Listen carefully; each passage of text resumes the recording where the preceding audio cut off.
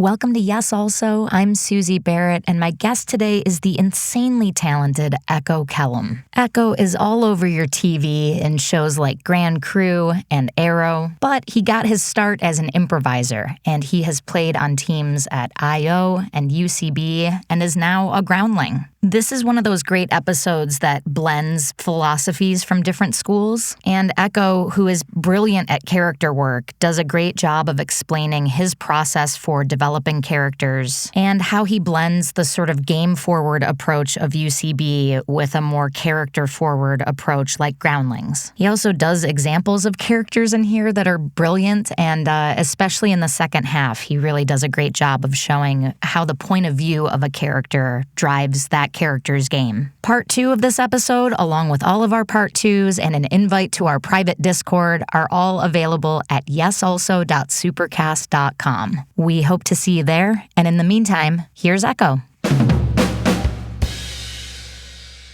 Hi, buddy. Hi. Thank you so much for doing this. Thanks for having me. Yeah, it's kind of weird to just like sit faced off like this, yeah? Yeah, but is the camera blocking me? Is the mic, am I good with the mic? Okay. I feel good. Ryan, is the mic blocking him enough, or should we move it more up? Just if it's as much of my face it can block. Yeah, can you scoot down and also and pull better? your And hunch up. Hunch your shoulders up. I don't know why I'm like, oh, can we just like I have a blurred face and a deeper voice, and I'm just like, it's like, why is he put you in front of the blinds and yeah. Well, I first did improv. First thing I thought was like, yes, and you're right. The idea is to support. Yeah, you gotta support.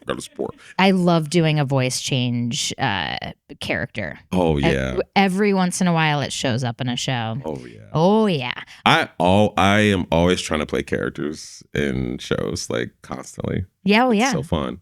I'm always trying to be on stage during a show. That's what I'm trying to do. That's important. I've been doing street shows. Oh, really? So not stage, is just walking down the street and I'm doing a show. Wow. Yeah. I'm an audience to life. So if I ever saw you, I would be your audience. Would you pay? No. Okay. Not even a little bit. Well, I'm used to doing free shows. So yeah, there you totally go. Works. Have you always been a performer? Yes. My entire life. Since most of my early thoughts for sure. I was doing church plays. Oh, cute. When I was like 5 and 6. Like first thing you get a little poem. It's like 4 lines, and then you go and read it. But I considered that acting. Sure. I was like, hey, I got to recite some poetry. Yeah. About Joseph. Sure. Because we had a big focus on Joseph. It was Joseph on the cross. He's like, you have no idea how hard it is to be the support. My church really loves stepdads. No, but we do. Joseph had to do all the commutes, all the driving back and forth, and on donkeys. Oh my God. And can you imagine trying to discipline Jesus? Give and he's me a like, break. I'm gonna tell my daddy, like, hey, okay, fine, Jesus. Right. You can nail that carpet into the floor. What is he going to ever do? What's going to ever become of this? Right.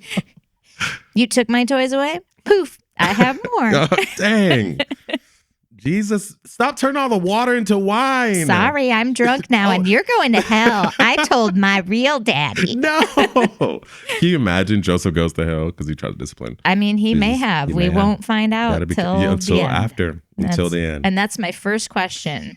I want to know what happened to JFK, but first I want to know, did Joseph go to hell? I mean, first of all, it's a great question. Thank you so much for asking me. Yes, I grew up very religious, as I told you about my church. It's up there. It's up there. Did you feel like during those days it was like, oh, you were hamming it up and loving the stage, or was it like this is just kind of what everybody was doing? Oh, I was loving it. Yeah. I was loving the stage. Like I would watch my brothers and sisters. They were part of this thing called the South Shore Culture Center.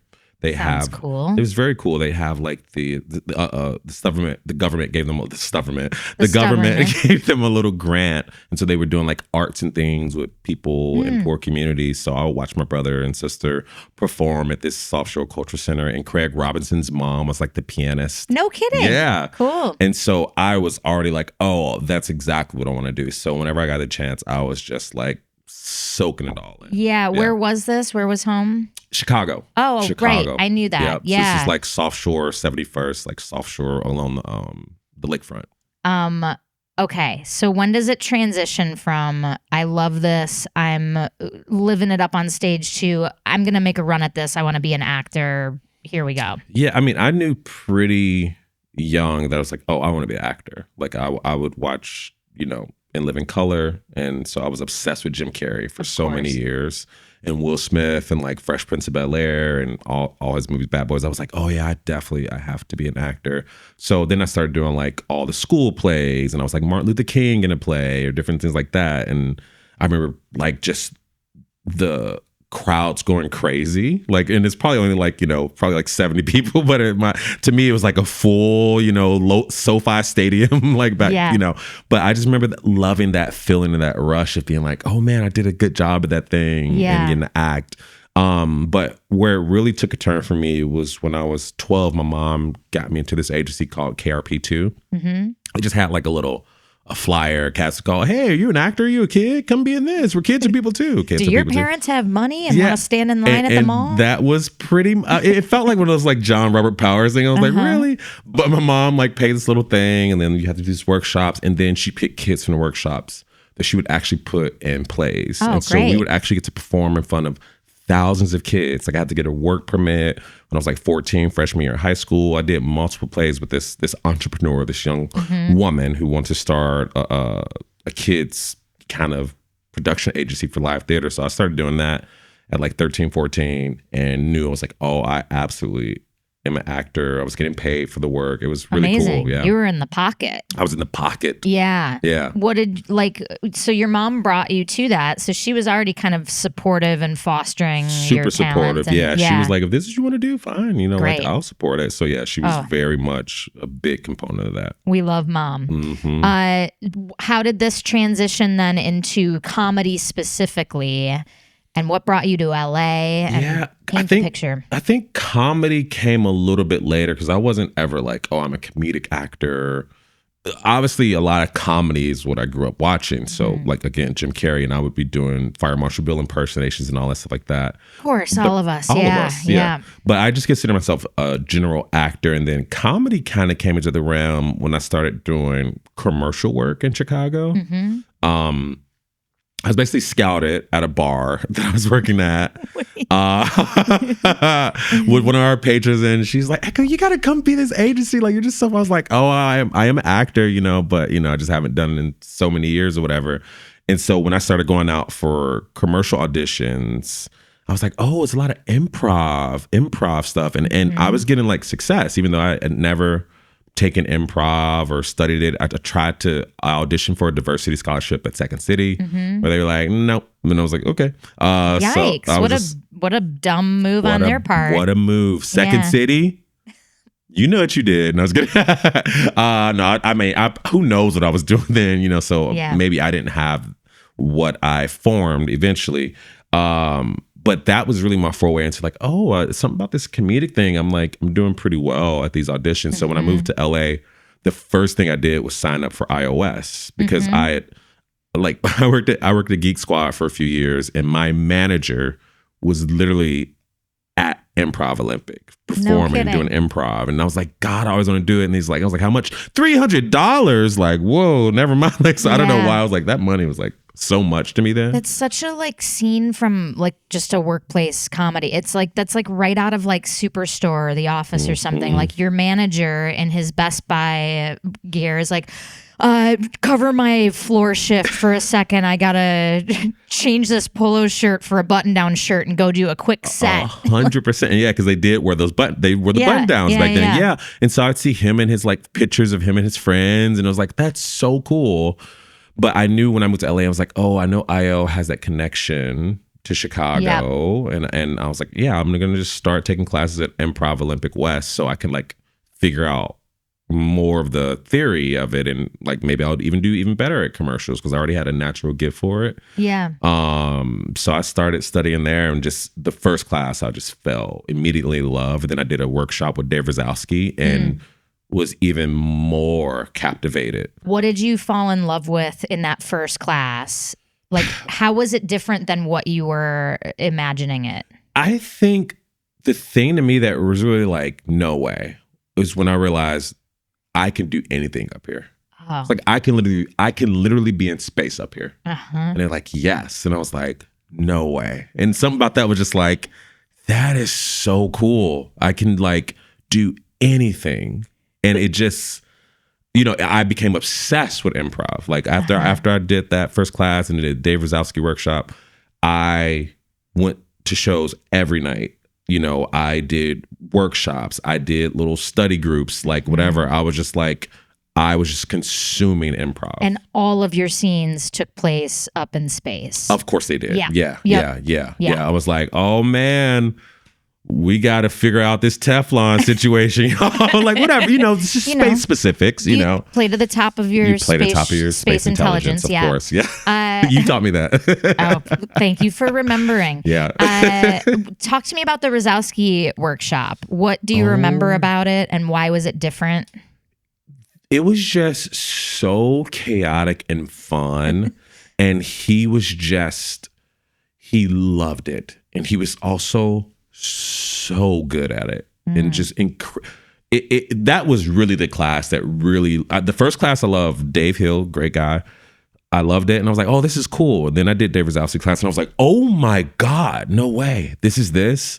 He just had this love and this fun and the way he talked about it and the way he moved throughout it and the examples he gave, I was just like, this is incredible. So he was just like, I think I was so lucky to get to watch one of the masters like teach, and he was in LA and it was just incredible. And his angle in teaching is like, he really leans into the like, I'm an acting teacher. Like it's like, I mean, even like there's like pictures of him, like I think on his website, like the head picture is like two people doing a scene and he's like laying on the floor in front of them. And it's like, you are really leaning into this like 70s Juilliard like image. Yeah. Yeah, he really does. Yeah. Passion is great. Yeah. It's and that to me is such an unsung ingredient of a good teacher. Yeah. It's like if they love it and they're in there with you and seeing stuff with you with bright eyes, they're gonna bring some spark. 100%. And he sparked something definitely inside of me that was like,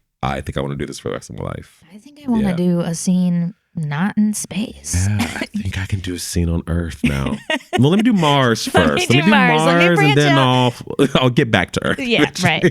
I can keep going far. There's wormholes. I'll get back. Yeah. And now we're in the Horsehead Nebula. Can you even believe my tentacles? Yeah. You see, like a row of auditors, like this guy. He needs one more year. So when did so now you're obsessed. You're doing all of this. You have since then done UCB and Groundlings. What order did those come in, and how did paint the journey? iOS I started October 18th, 2009. Are you one of those weirdos that knows the date? Yeah, because I remember I moved to LA October 13th, and then I was like, wow, right into the diving board, right into improv class. And I was like, whoa. And so that blew me away. And James Grace gave me an internship once I got to level 4. Oh, cool. And so I did the lights like every Tuesday nights for all the main stage teams, which is so fun to get to just watch them every Tuesday and then get free classes. I was like, thank God, not free class, a class for work for internship. Sure. So I did that for a year. I got on their Herald team. I got on like their sketch team. And then I started studying at UCB. I didn't know IO had sketch teams. Yeah, they had sketch teams. Yeah, I was on a sketch team called Pilot. Okay. Yep. Mm-hmm. What was your Herald team? My first Herald team was called, I'm trying to think, what was our first thing?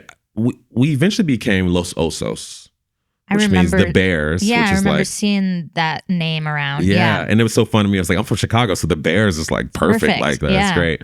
But what was my first improv team ever was this team called Bobby Hot Stuff. After level 2, me and my best friend Nate K. Wood, who you know, we met in level 2, and our teacher asked us to stay after class the second week. I was like, oh no, did we do something wrong? Bridget Clough, she was great. And she was on my Herald team. Really? Yeah. Oh yeah, I love Bridget. Yeah, she's great. And she's like, I want you guys to audition for this team that performs Friday nights in the Loft. And we were like, okay. And then we both got on Bobby Hot Stuff. And so we got to start doing like shows every Friday night very early on in our improv journey, that definitely helped me become such a better performer. Yeah. Like just getting thrown into it. If you were to like be humble and put just like a clear lens on and look backwards, what do you think she was seeing in you at the time that you were already up to? I think she just saw this level of boldness that even if I was gonna fail, I was gonna fail boldly. Yeah. And I think she just saw something within that. And I've always gravitated toward playing characters as well. So I think she just saw some spark. I remember we did this, like she had this exercise where we had to do emotions or something like that, anger. And I remember like even seeing Nate, and I didn't know Nate at this time, and just we both were like really going for it, like to a 10. We really went for it. And it was, I don't know if that was the exercise. That might have been an exercise. She was like, I don't know. She might have already thought we were good. But after that, I just remember that I was like, oh, was it the exercise that made her see something in us? You know, but whatever it was so great. And we got to start performing. And we got to start performing with Bobby Hot Stuff. And it was so fun. And just like a crash course on like seeing how audiences are not a lot of audiences sometimes. Sometimes there's 3 people, sometimes there's 20. But it was very cool to get to do a show every Friday. Yeah. So that was 2009. Yep. Till 10. Then I started doing UCB right after I finished the program at IO. And, you know, to us, UCB was always like the cool place, but, you know, it never really felt like, it just felt like, you know, that's where all the snobby improvisers are. You know, it's just kind of how we looked at it. Why do you think you had that impression? I think just because it was like tougher to get to perform at UCB. And, you know, they were like this cool hip theater that came from New York that started at IO as a team, but then they branched out and, you know, it's just a lot more popular than our theater, I think. So, and then the truth, we just didn't know much about it, you know, when you're in your own little bubble, right? But I've always been the type that was like, oh, I want to take in multiple concepts from different people. I don't want to just trust one theater. I was like, I want to really run the gamut and then see if I can formulate how I am as a performer. Take what you like, you know, and leave what you don't. It's so smart. And especially with a craft like this, where there is no one way to do it.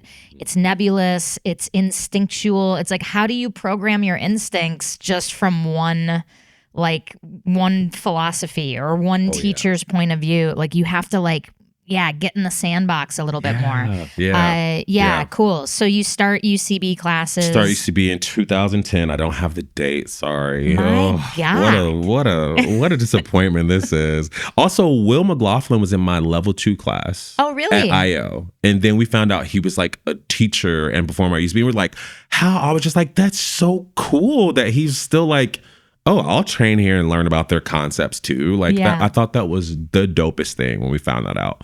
But fast forward to 2010, I started at UCB.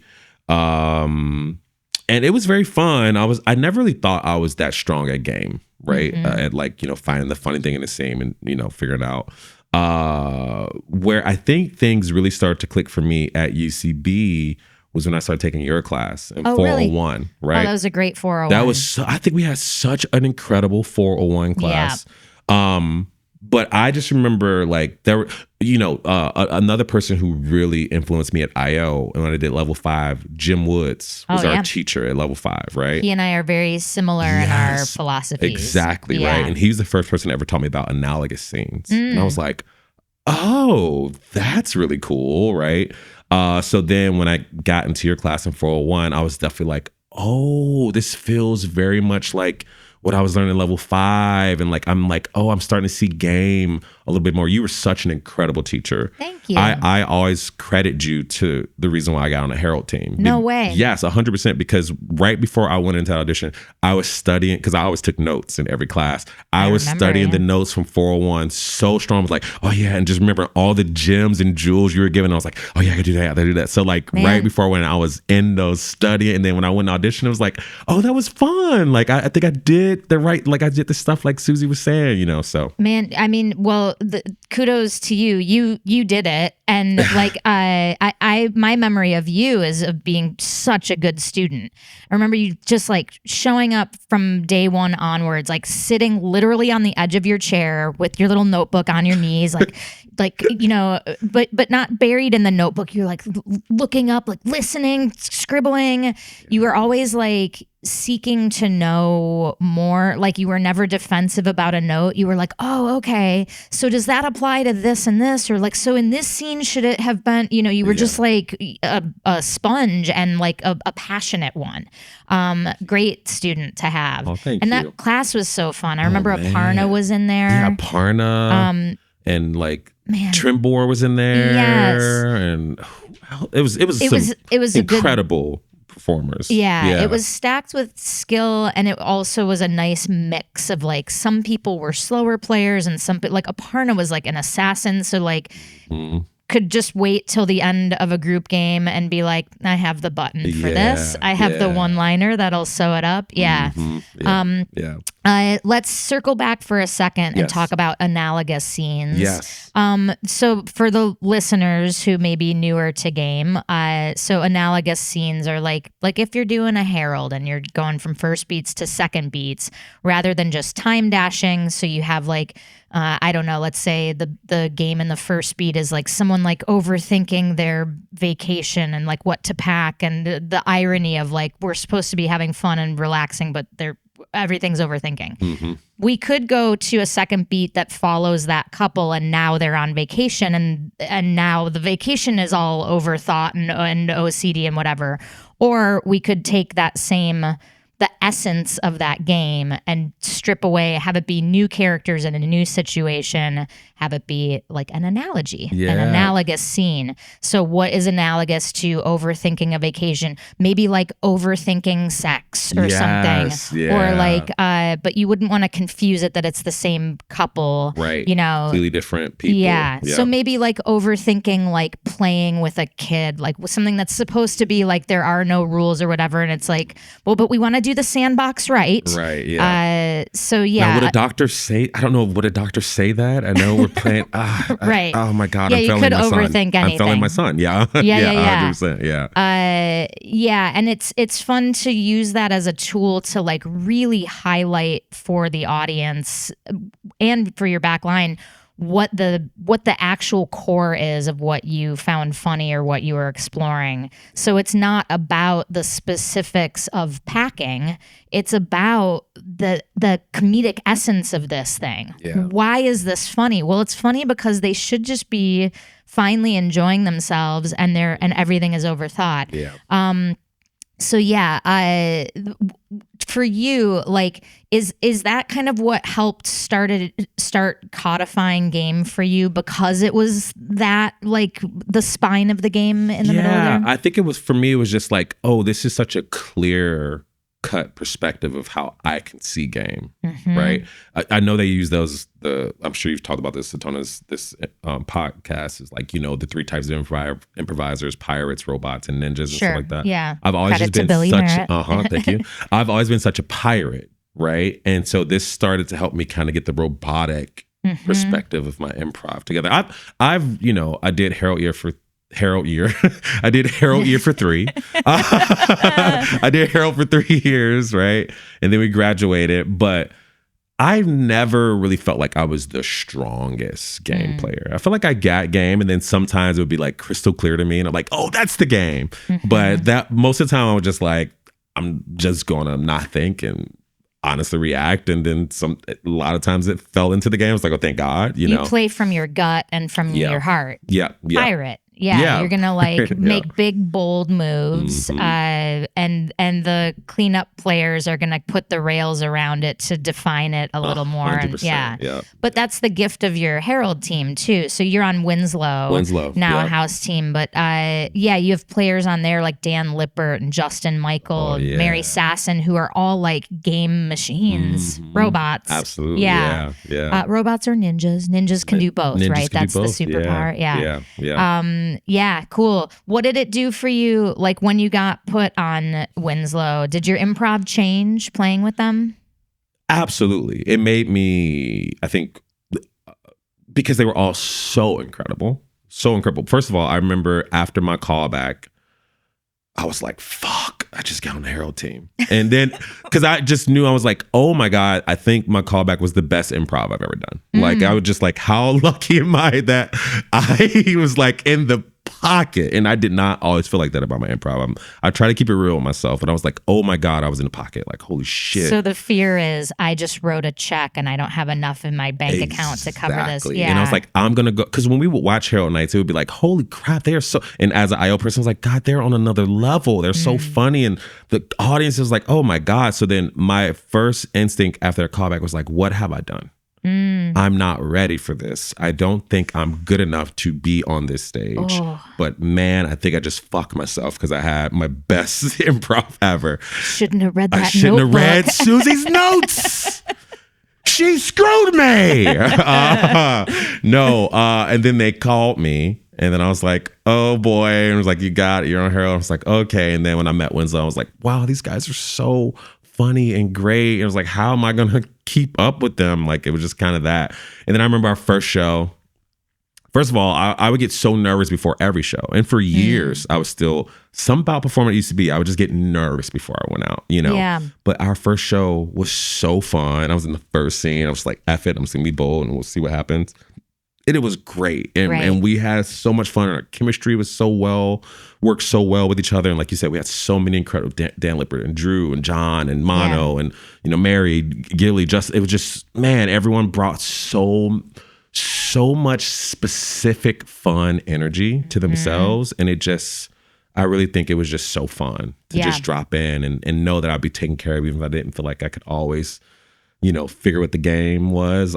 Like you said, always have those incredible performers who could kind of be those guardrails, like, okay, Echo, we got you. Yeah, you know? and it helps to have both on a team. Yeah. Because you don't want like a whole picnic full of just the people who are planning the picnic. You also want someone to show up and be like, I brought a slip and slide. Yeah. You know, you want a little bit of like fun and chaos and just let's see what happens. Yeah, it's great to have both. Yeah. So talk about like your Herald journey and like the growth that happened. How do you feel you changed as a performer? Not necessarily doing Heralds, could be just playing with Winslow or like just during that time getting stage time. Yeah. What do you think changed? I mean, well, first of all, Herald is such a tough form. Yes. It was a tough form. So you're kind of in the fire and you know, you just gotta, you either rise or you fall, right? You sink or you swim. And I think you either sink in that fire or you swim through that fire. Yeah, no matter what, you're getting some burn marks. But, you know, they were just such a fun group. It raised my level, I would say, performing with so many incredible people on Herald Night. But beyond that, it was just like really getting those reps in and every week trying, you know, I will say for me though, my improv journey,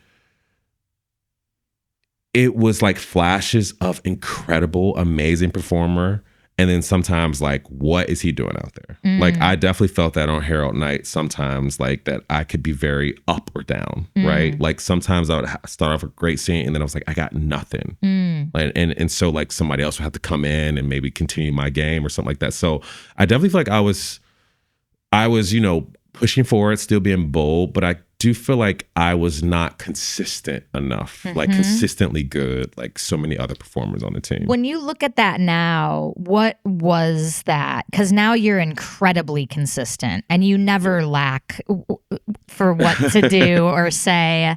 You come out with a big swing. Like we played Ask Cat a few weeks ago together. So fun. It's so fun. It's so fun to play with you. It's like, it's really puts me on the ride. It's like, come on, you know?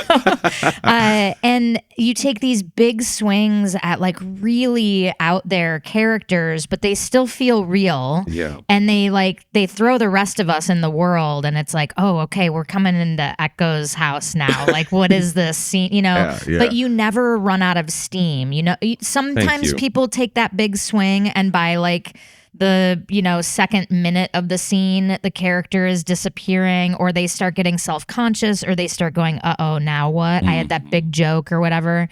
Is it that now you're more comfortable like living in the character rather than just having the funny be the thing?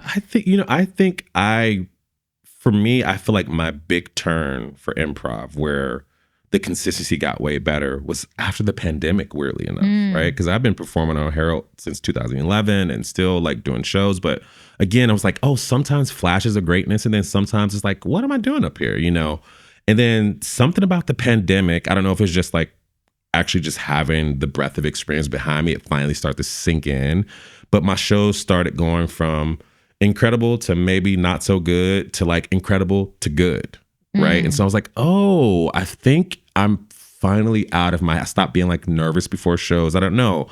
It's just something, I attribute it to just the reps, right? 10,000 hours, you keep putting time and it just eventually just starts to click. Because I used to always think that when I see performers performing for 10 years, like whoever, like even just watching you guys on you were on Smokes, right? I was on Sentimental Lady. Sentimental Lady. You watch you guys on Sentimental Lady. Even watch it, like I was like, oh man, when do I get to that place where I'm like, it's just effortlessly fun and I'm not like having to do work and figure it out, where I could just like drop in and be like, oh, I'm a veteran at this. And for me, it was like 2021 when stuff started to open back up and came back in. I don't know, like I feel like I needed like that human. I had a big reset because obviously, I went out, shot Arrow for 5 years and to get to perform like as much as I wanted to. But I think it was just like the reps that finally caught up to me. So I just started doing a lot more consistent work outside of the corporate we did, like in 2023, because that was probably the worst improv I've ever done in my life. But it was also nice to be like, oh yeah, no matter how good you think you are, you can always throw up a goose egg. Like that's so humbling. In our defense, so Echo and I did a corporate show together. In our defense, it was at like 8 a.m. For a bunch of people who didn't know what they were seeing and didn't know what improv was. Yeah. Brightly lit. No one to announce us coming in. Nope. Just us walking onto a cold, quiet stage in a very large room. Yeah. Demanding attention from a bunch of like corporate execs or something like that. High status, weird white dudes who are like all on their phones. And us going like, hey, oh my what's something fun that's happened to you recently? And they were like, we want. I think the year before was like the year before we had fire dancers, and now we get improv. Oh my God. Oh Lord! But the thing I will say is, I remember when we finished that show and we were all just looking at each other like that. Whoa, that was crazy, right? That was not great. And then we had another show to do with them later, like in the after afternoon. lunch, we had to come back. So I remember that was the longest, like 3 hours. Like I have to come back. I know. And do another one of these, but. That second show was so much funner. And do you remember when we arrived back, everyone was like, oh, you guys were so awesome this morning. We were like, huh? Yeah. Why didn't you laugh? Yeah, it like we got the compliment from like 15 people. We did. Oh, we loved it. Blah, blah. Yeah. Where do you guys? And then after the second show, they were like, oh yeah, where can we see you? Yeah. So it always goes to show, like, you never know how someone's receiving you. Like, their silence isn't necessarily hatred. It could just be confusion or politeness, or they're tired or what, especially if you're doing an 8 a.m. show. That's true. And a little hatred, maybe some hatred was in there. Maybe someone's like, I hate what I'm seeing. Right. But yeah, there's nothing so humbling as a bad corporate show. Oh man, it's so humbling. Goodness gracious. Yeah. You are a groundling now. Yes. I'm a groundling. Congratulations. Thank you. That's been a fun journey to become a groundling. You did that post UCB, right? I did after UCB, yeah. So I did UCB in 2010, and then I did groundlings in 2011. Started groundlings, and I did the first 2 classes. I did their basic and their intermediate. They have their format's a little different now. They added another class, but back then it was basic, intermediate. Then you go on to writing lab, advanced lab, and Sunday and stuff like that. So I did basic and intermediate, and I also loved that theater and that perspective because I always thought character was one of my strong suits, like just naturally. And then they really helped hone in the perspective of what character is and like what it meant. How do they describe it? They use a lot of cool metrics. They a lot of interesting metrics as well. Like, they definitely use point of view, right? physicality, how your body changes, right? That's a big one. Vocal inflection. Vocal inflection. How do they define point of view? Like your worldview, like how the character sees things, and then and it is very much like that. If this is true, then what else is true? Kind of perspective in that. 100%. Yeah. And you start from that point, or you can start from any one of those places. I think you can start from any one of those places and see. For me, physicality helps me drop into a character more. You know, so like if I do this, and I just feel like this is this person. Hello, how are you doing today? From speaking as this person, yes. What could you describe your point of view as? My point of view. Well, one thing about me is I don't take shit from a lot of people, just from a couple people closest to me, but people who are not close to me, you better back up out of my face because I don't play. Gotcha. So you have like a small circle of shit taking. I have a small circle of close people who constantly give me shit. Yes. My mama, my brother, and my husband.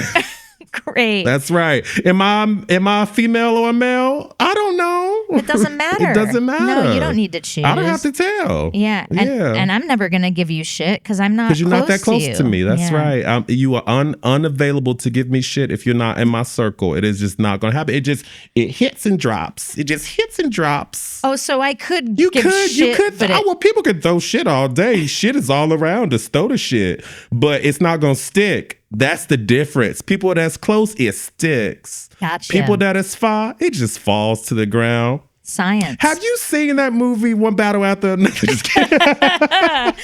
Yeah. But whatever, like that just... Physicality is what I usually use to like drop into character. I'm very similar. Like that is to me the biggest shortcut to it. Even just like a tiny little gesture, it's like, and then that usually starts producing an emotion. So like if I'm doing this, I feel nervous, and then the why I'm nervous comes through that, and then you are so good at character. It's great. Don't judge me on that last one, but. We can just give that up to the corporate gods. And, gosh. I want to do some subscriber questions because it dovetails nicely from where we're at. So Evan asks, how do you combine what you learned at UCB with what you learned at Groundlings? Yeah, I think, one thing that I've learned and I've have so much fun with is also playing characters as the straight man and like trying to like find the game in the scene even as a character. I think I've combined those different play styles depending on if I see the game clearly enough. But I don't believe that every character has to be the pirate or the bull, and that you can still be a character and still be like, that's insane. Why you say that? Oh, come on now. You can't be treating people like that or whatever, like it's still so much fun in playing that. But I do feel like I blend both styles together. I've always just been a component. I forgot what teacher told me this, but it was like, take what you like and leave what you don't, like that kind of thing. So the things that I think I really gel with from every theater I've performed with, I still kind of keep close to myself, even because even I.O. was like the relationship. It's all about the relationship and things like that. So I think I still carry different pieces of each of that and all my improv. Yeah. Relationship is a nebulous one to me. And I started at IO, and and I do agree. Like I can't disagree that scenes are about relationships.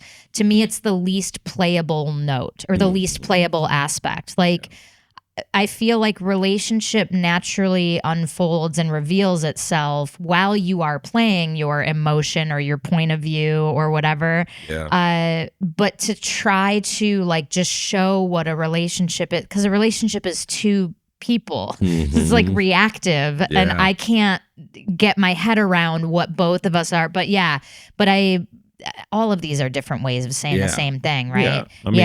It all started from the committee, right? And they all just kind of branched off. I think I'm right on that history. They all branched off and did their own things, and one went to Mars, one went to the Horsehead Nebula, and then one was just in regular old space. That's just right, general space, not specific enough. Specific, and there he sits. And their theater, yeah. Wow, there we go. And I'm trying to get one of them on the pod. By the way, I was like, that would be incredible. Yeah. Oh, this is just a sweet one. This is from Steve. Where do you tend to find most of your funny ideas lately? Real life situations, things that happen. I write things that happen to me that I'm like, that was a little askew. Let me record that, and I'm going to write a sketch about that. For instance. For part 2 of this episode, go to yesalso.supercast.com. If you like this podcast and you want double the content, head over to yesalso.supercast.com and subscribe. You can also help us out for free by subscribing to us on YouTube and talking us up to your improv communities. If you have a question that you'd like us to answer in one of our Q&A episodes, or a topic that you think would make a great bonus episode, put it in a 5-star review. If you're a theater who would like to host us for a live recording and improv show, let us know at yesalsopod@gmail.com. A very special thanks to our producer, Ryan Rosenberg, audio and video editor, Brian Kessler, and Britt, Faye, who does our marketing. Thanks for listening, and we will see you next week. No, we won't, Suzi. That's not how podcasts work. They won't even see us. They will listen to us, so it's actually the opposite of both things you said. Thanks for listening, and you will listen to us next week. Maybe. We don't know.